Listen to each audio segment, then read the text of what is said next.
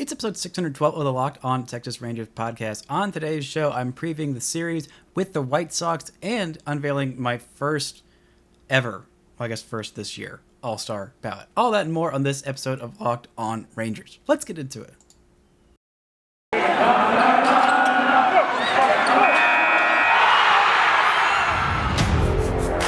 You are Locked On Rangers, your daily Texas Rangers podcast. Part of the Locked On Podcast Network, your team every day.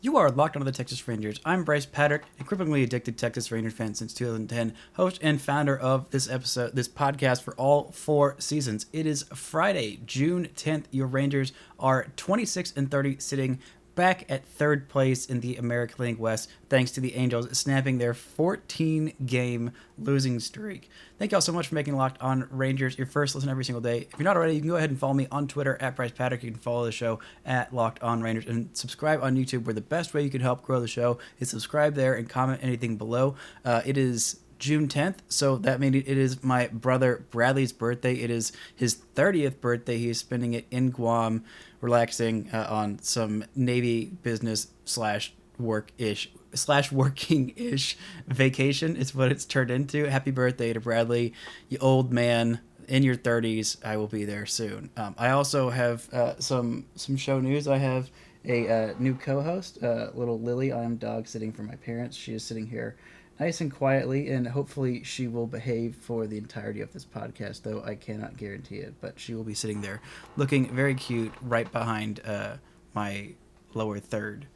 And, there she goes. She's done. That's it. Thank you for your contributions, Lily. You were a valuable addition to the podcast. Now she'd probably need to bark at somebody in the window, just because that's my luck. But first, this episode is brought to you by Rock Auto. Amazing selection, reliably low prices, all the parts your car will ever need. You can visit rockauto.com and tell them a Locked On sent you. Now, let's look a little bit at this weekend series with the White Sox. Rangers have 3 games in Chicago, and Chicago is coming off a really, really weird week and a really, really weird season so far. Let's look a little bit at the starting pitching matchups. Friday, we have Glenn Otto versus Davis Martin. Saturday, we have Martin Perez versus Lucas Giolito. That's going to be a really, really great matchup.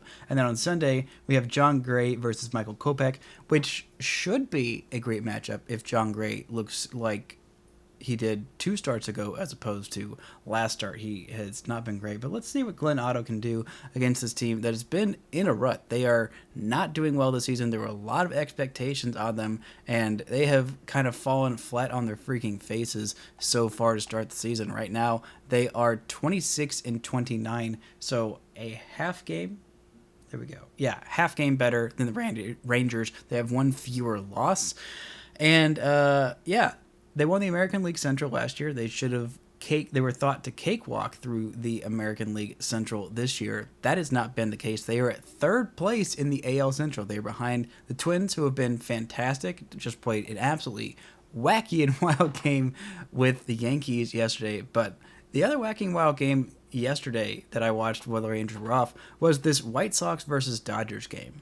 Now, I don't normally look at individual games for a team that the Rangers are playing going up, just like going through it on the podcast. But this is one that was absolutely cuckoo bananas. The White Sox went up 4-0 in the 4th inning. They were absolutely cruising, and they had one of their weirdest starting pitchers in terms of Dylan Cease. He's a guy who doesn't throw a whole lot of innings per start because he's not super efficient. He's got a fantastic mustache, absolutely fantastic. Glad the Rangers aren't facing him. The Rangers did see him in spring training, and he looked absolutely fantastic there. But he's got a 3.71 ERA on the season, or in his last 7 games, I should say, 3.14 on the year, 63 innings, and 89 strikeouts. He walks a bunch of guys, not very efficient with the pitches, so he does throw about 100 pitches per start, but doesn't get very deep into games because, again, those walks are a bit of a problem. He struck out 8 in under 5 innings yesterday. He allowed 6 runs, but none of them were earned because they all came in the 5th inning where he couldn't get out.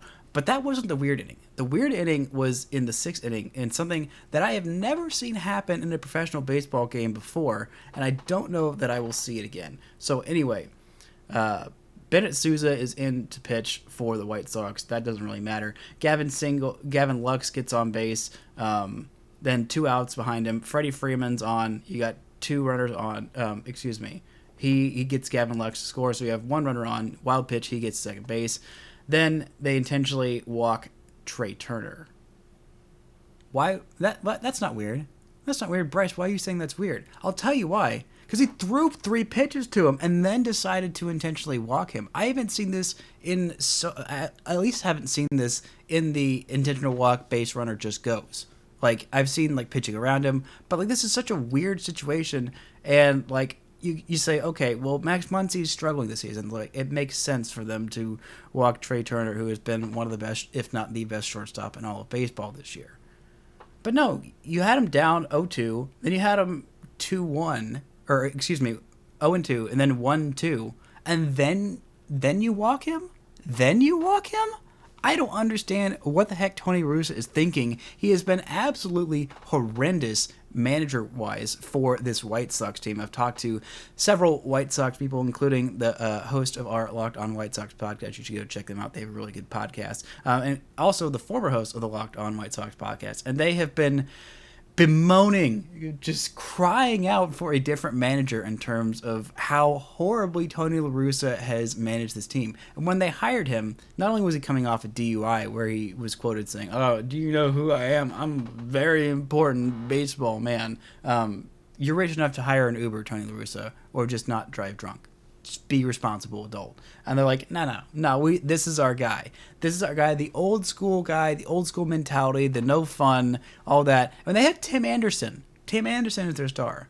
The self-proclaimed and also the rest of fun baseball lovers proclaimed captain of fun and bat flipping the hell out of home runs and not being afraid of these stupid, garbage, unwritten rules. And you hire an old school manager for that guy? Really? It's worked better than I thought, but it's still not working well. His lineup construction is absolutely baffling, and the decision to do this did not work out because after the intentional walk of Trey Turner, in comes Max Muncy, and he hits a 3-run home run, and it basically puts the game out of reach. They scored 10 runs in 2 innings from between the 5th and the 6th. The White Sox were winning 4-0 heading into the 5th inning, and nope, that was gone. They did almost come back in this one. Had the tying run on base in the 9th inning, but still, they shouldn't have had to. They should have been able to close this out. But it was just an absolutely baffling decision that Tony La Russa defended bafflingly after the game. Said, no, it's the right decision. I don't care that it didn't work out. No, you don't walk a guy when you're ahead of him. You don't intentionally walk a guy when you're ahead of him in the count. This isn't Barry Bonds. Trey Turner is very good, but he's not Barry freaking Bonds. He's not, peak Josh Hamilton. He's not Vladimir Guerrero Jr. last year or Shohei last year. Like, come on. What are you freaking doing? It's absolutely insane. I'm going to get some more baffling decisions, I'm sure, baffling use of the bullpen against this team this weekend. But I'm going to take another quick look at some key players that are missing in the series that could help the Rangers in a big way to take 2 out of 3, maybe even sweep this White Sox team at home. But first, this word for our sponsors. Today's episode is brought to you by Rock Auto. With the ever-increasing number of makes and models, it's now impossible for your local chain auto parts store to stock all the parts you need. Why to endure often pointless or seemingly intimidating questioning while the person behind the counter orders parts from their computer, choosing just the brand their warehouse happens to carry? You have computers at home with access to rockauto.com at home and in your pocket. Save time and money when using Rock Auto. Why would you choose to spend up to 30, 50, even 100% more for the same parts from a chain store or car dealership? Rock Auto is a family business serving do-it-yourself for over 20 years, and their prices are reliably low for every single customer. So go explore their easy-to-use website today to find the solution to your auto part needs. Go to rockauto.com right now to see all the parts available for your car or truck. Right, locked on in their How'd You Hear About Us box so they know we sent you. Amazing selection, reliably low prices, all the parts your car will ever need at rockauto.com.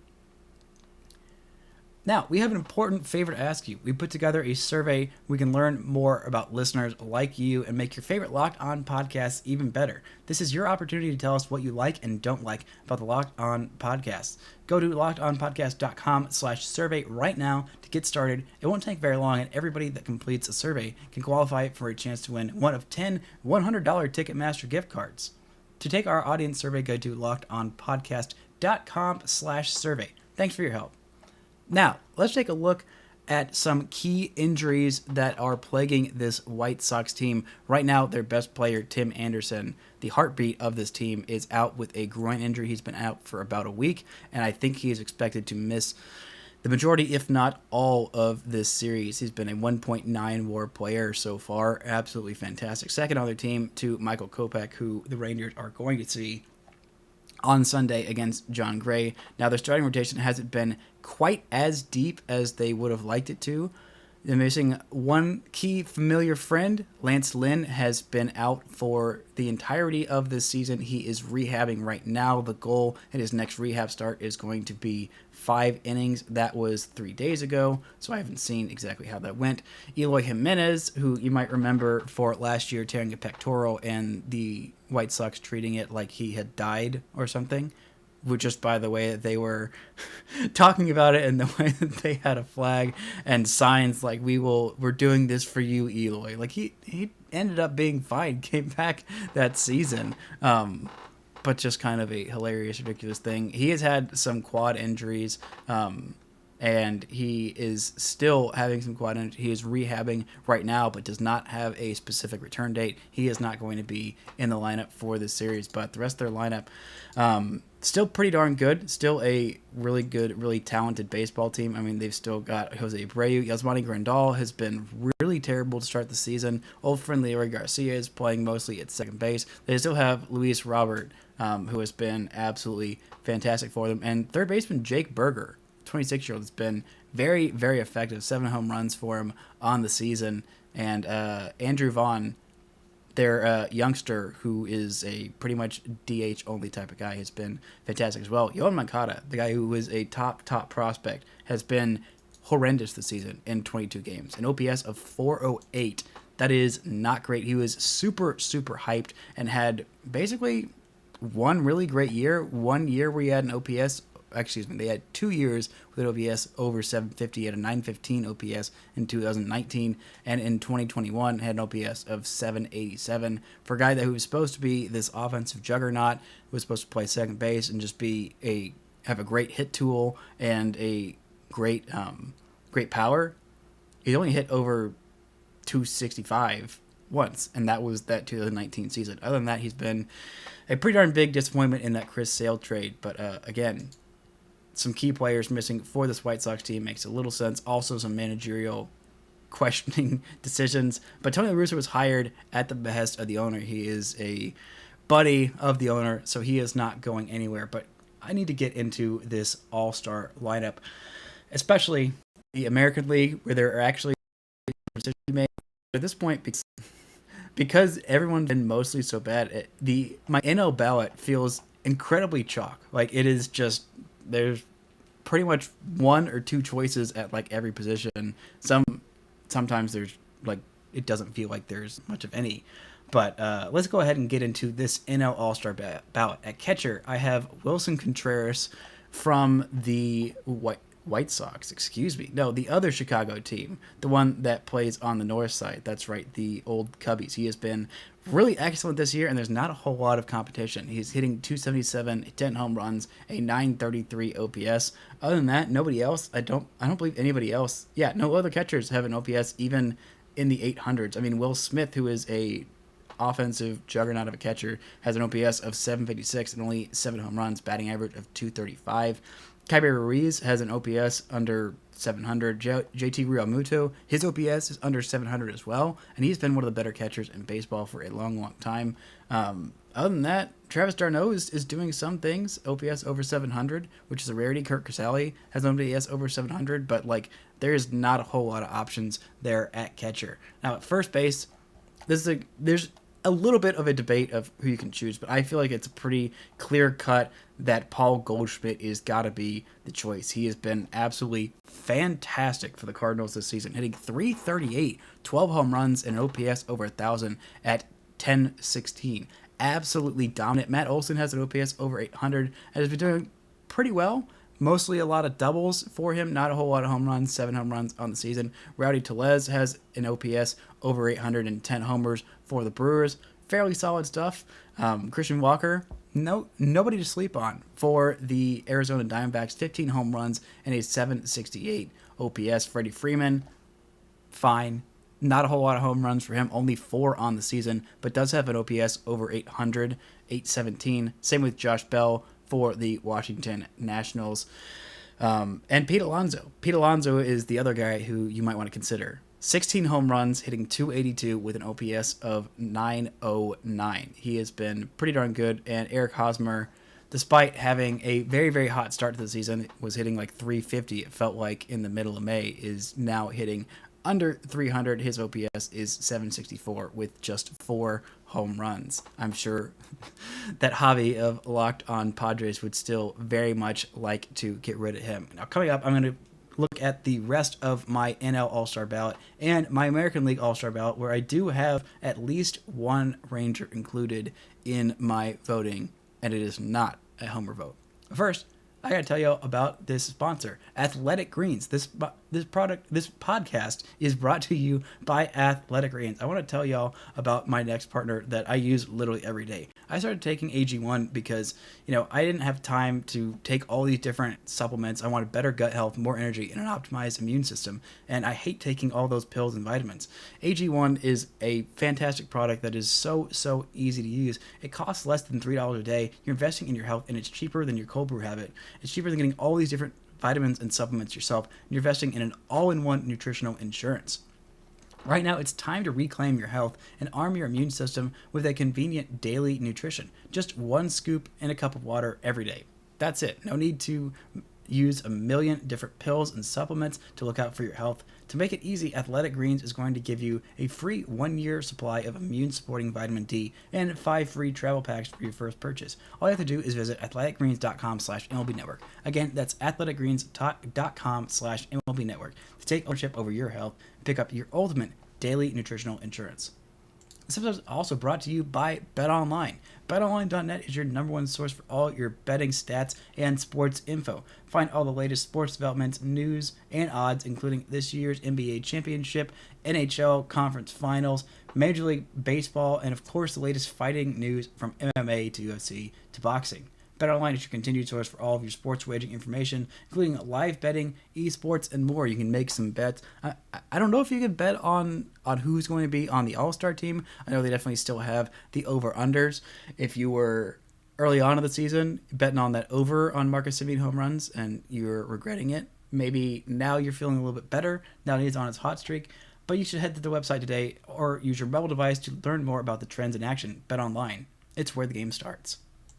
Now, let's look a little bit at the rest of my NL All-Star ballot. Jazz Chisholm, I have there from Miami at second base. He has been absolutely fantastic. There's not been a whole lot of competition for him at second base. Nolan Gorman, in a small sample size, has an OPS of 881. He just got called up for the Cardinals, but I don't want to put 2 Cardinals on my ballot because that just feels wrong and icky. But I might end up doing it anyway. He has been absolutely fantastic for Miami, full of swagger, full of fun. Another guy who, like Tim Anderson, is not afraid of these stupid unwritten rules. He got 10 home runs and 838 OPS, hitting .255 for Miami. Absolutely fantastic. Nobody else is really doing that well outside of those guys. Nobody else has an OPS over 850 outside of Jeff McNeil has an OPS over 800 at 811, 3 home runs, hitting .314 for the Mets, who are doing fairly well. Gavin Lux, in a very small sample size, has an OPS over 700. Other than that, not a whole lot worth mentioning. Second base has been kind of a train wreck for both leagues, actually, looking at both of these different rosters and seeing how poorly so many of these offensive numbers are, which is why I think that with a red-hot month of June, maybe Marcus Semien could slip his name in there. But at third base, you have a little bit of a question. Nolan Arenado has 10 home runs and an OPS of 829, playing some fantastic defense over at third base. Brandon Drury of Cincinnati, actually low-key good player. I know it's surprising because it is a Cincinnati Reds player. There's not a whole lot of those that are good players, but he has an OPS of 844 and 11 home runs on the season. But my pick is obvious. It's Manny Machado. He has been absolutely fantastic. One of the top, if not still the Baseball Reference leader in WAR. His defense is as good as it's ever been, hitting 329, 9 home runs, a 944 OPS. If you wanted to look at somebody else, then you could look at Josh Rojas, who in a small sample size for Arizona has an OPS of 832 and 4 home runs. Austin Riley of the Braves has an OPS of 864 and 15 home runs. That is some impressive stuff right there. But again, those are your main contenders. Patrick Wisdom, former Ranger great Patrick Wisdom. I don't know what the Cubs did to fix him because he was basically just a quad A player. Maybe they were just so bad that they're like, you know what, we can take a guy who is in between AAA and the big leagues and just let him play and see if he figures it out. He's got 12 home runs and a 781 OPS for the Cubs this year. Joey Wendell also having a pretty nice season for Miami. Now, at shortstop, I have, here we go, Trey Turner. Yeah, he seems like the pretty obvious pick. He has been fantastic, hitting over 300, 7 home runs, OPS of 835. Really solid stuff and not a whole lot of competition. I mean, they even have Fernando Tatis Jr. on this list. I don't know why he's on here available to vote for because he's not played a single game this year. That's stupid and it pisses me off. And they should have Ha-Seong Kim there or just somebody who's actually played shortstop for the San Diego Padres this year because Fernando Tatis Jr. has not played and he also won't be healthy for the All-Star game. So why in the heck is he on this list? I don't get it, but whatever. Let's look at the outfield. Honestly, not a whole lot of options here.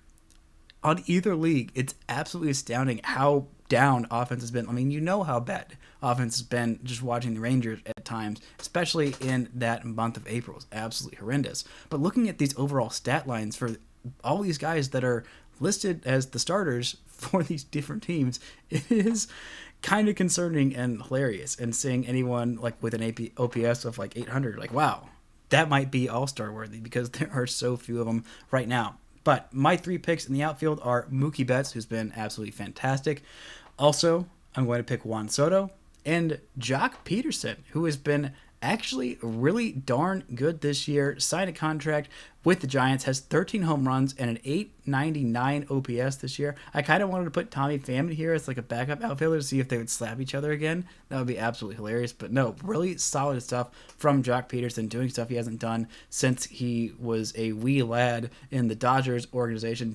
Ian Happ doing pretty darn well there as well. But yeah, Mookie Betts is the far and away leader. A 926 OPS, 16 home runs, hitting 289. Really solid stuff from him. Ronald Acuna Jr., a smaller sample size. I might consider putting him in if he keeps playing and if he can stay on the field. He has 5 home runs, hitting 312 with a 923 OPS in a much smaller sample size than Jock Peterson right now. But if he continues playing like he is, then he's definitely going to take that spot from Jock Peterson. But I think Peterson could still make the team as a backup. And at DH, this one also feels really darn chalk. Actually, it's closer. It's closer than some of the other ones. William Contreras hasn't played in as many games. Is hitting 304 with 8 home runs and a 1066 OPS. But I'm going to go with Bryce Harper, my nemesis, who can't spell his first name right. Truly embarrassing for him. Hitting 308, 15 homers, and an OPS at 1,001. Not a whole lot of other competition there. I gotta say that for pretty much every other position. Garrett Cooper is doing pretty well, an 864 OPS with 4 home runs, hitting 319 for Miami. Someone to keep an eye on. Definitely someone to keep an eye on there. And Nelson Cruz is having a down season for himself, an OPS under 700 with 5 home runs. A little concerning there. But let's get on to the American League real quickly because I took much longer doing that than I thought. Of course, Eli White is going to be my Rangers pick. Just kidding. No, it's not going to be Eli White. Let's start at catcher where it is my Rangers pick. It is going to be the great Jonah Heim. At this point, I feel like he has played in more games, but fewer plate appearances than his counterpart over there in Toronto, who has been absolutely fantastic. And Alejandro Kirk. But I'm going with Jonah Heim. He has 7 home runs, an OPS of 809. Alejandro Kirk has 5 home runs and hitting 322, an OPS of 878. I think those numbers might come back down to earth a little. I mean, because the guys who put up those kind of numbers, I mean, he's still very young, but I haven't seen him that high in top 100 prospect lists. He's not somebody that was on my radar to do this, but he is continuing it. And I mean, Jonah Heim wasn't that high on a bunch of prospect lists either, and he is still putting up these absolutely fantastic numbers. Now, I think his OPS might stick there around 800. That would be fantastic for the Rangers, way better than they could have hoped for him, especially after how down a year he had offensively. I think he's going to remain consistent. I think he's a better defensive catcher than Alejandro Kirk, and maybe I'm just a little biased. But you know what? I'm going to stick with Jonah Heim. Ty France is my pick at first base for Seattle. He has been fantastic. They named a country after him because he's done so well, hitting 327, 9 homers, 893 OPS. But you may be saying, but Bryce, Vladimir Guerrero Jr. plays first base. I know. He's had a down season for his standards. 13 homers, OPS right at 800, hitting 243. Now he is most definitely on the come up, and he is someone who I was surprised that the dead ball affected as much as he did, because he hits the ball so dang hard, and we saw that some of the best hitters in baseball, like Mike Trout and Aaron Judge and Manny Machado and Bryce Harper, they didn't let that affect them. They just continued to absolutely mash, and he is definitely in that category of guys who are among the best in baseball. Luis Arias is hitting 359 with an OPS of 871 for the Cubs, only has 2 home runs, but is doing very well in that leadoff spot. Or for the Twins, excuse me, not for the Cubs. Goodness, we are in the American League, Bryce. Get your teams right. Now, at second base, I have a little-known name. Andres Gimenez is one of the OPS, was tied yesterday with Jose Altuve with an 885 OPS. Right now, he is at 875, hitting 309 and 7 home runs. Jose Altuve has 11 with an 885 OPS. Probably a better player right now, but I hate him. And it's All-Star, so it's subjective. So sue me. This is my podcast. I don't want to put the most hated Astros player on my All-Star ballot, and I don't have to. Legally, you can't make me. Now, at shortstop, I'm going to put Tim Anderson. He's hitting 356 with 5 home runs and an OPS just 4 points shy of 900. He is on the IL right now with that groin injury. Xander Bogaerts is someone who I also considered, who is doing fairly well. JP Crawford, someone I also considered. This is one of the deeper positions in all of baseball right now. Jeremy Pena has an OPS nearly at 800 and is doing really, really well. And if Corey Seager get his freaking act together, he's leading all of them in home runs, all shortstops in baseball, I should say. And he could get himself on this list with a red-hot month of June.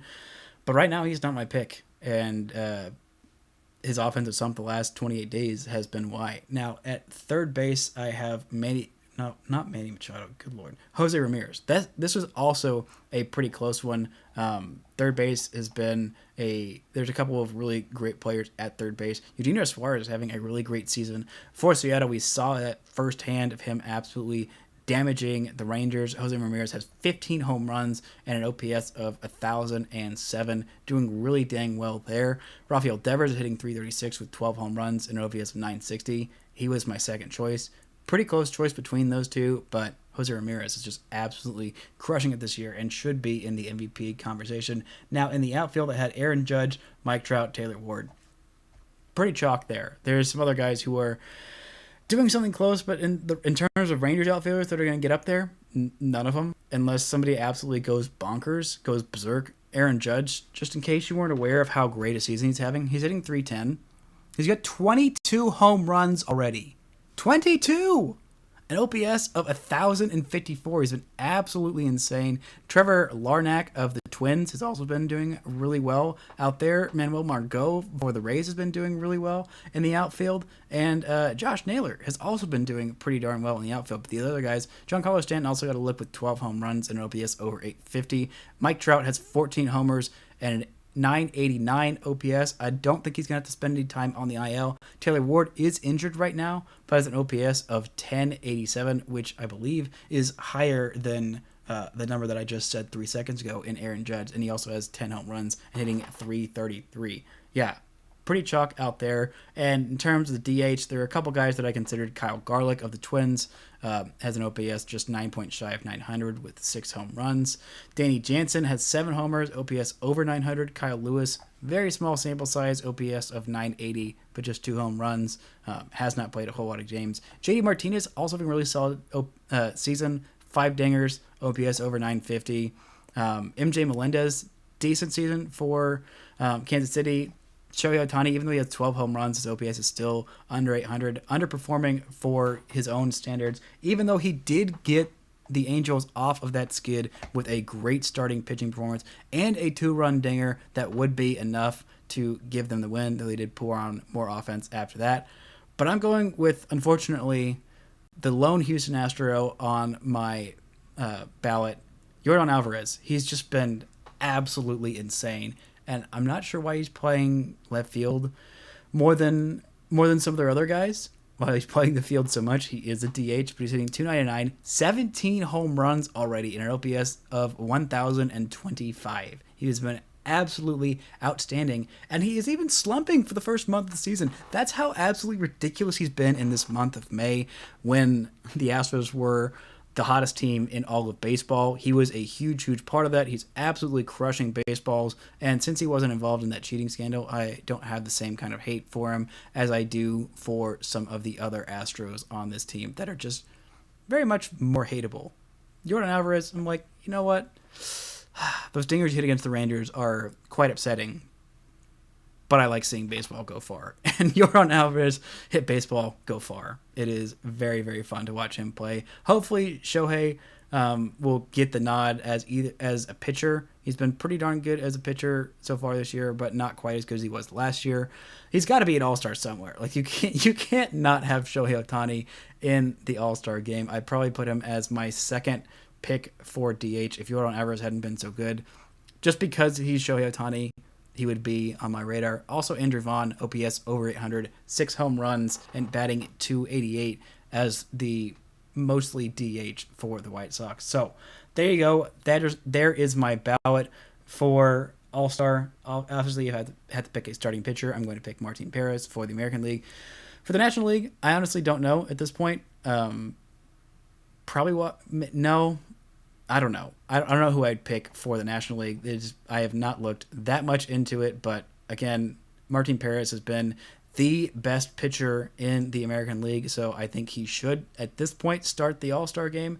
If it's not him, then it's got to be old Nasty Neres. It's got to be Alcantara. That's who it is for Miami. He's been absolutely outstanding this year, leading the National League in WAR. Not just National League pitchers, but the National League at 3.5. He's ahead of Manny Machado, who is leading the National League position players in pitching, or in WAR. But a 1.61 ERA and 83 2/3 innings so far this season, and 77 strikeouts, only 4 home runs allowed. Really darn good stuff for old Sandy Alcantara. His starts are becoming must-watch TV for anybody who absolutely loves baseball, because he has been just straight up fantastic. So that's going to be my All-Star list. That'll do it for this week's editions of Locked On Rangers. Be sure to check out the Locked On MLB podcast for your second listen. Paul Francis Sullivan, please just call him Sully. He gives you his unique perspective on the major leagues, both past and present. Also, check out the Locked On Prospects episode from today. Lindsey Crosby did a deep dive on the Rangers system, some guys that he liked, some information that I was able to give him about the Rangers system, and some misconceptions that the national media had about that. Some really good stuff. I just listened to it earlier today, so go check that out. I'll be back on Monday recapping this weekend's games. Shout out again to my brother, the old man, the 30-year-old Bradley out there in Guam. You're definitely not listening, but I might make you listen just so you can hear the shout out. Thank you all so much for listening, and until next time, don't forget to enjoy baseball.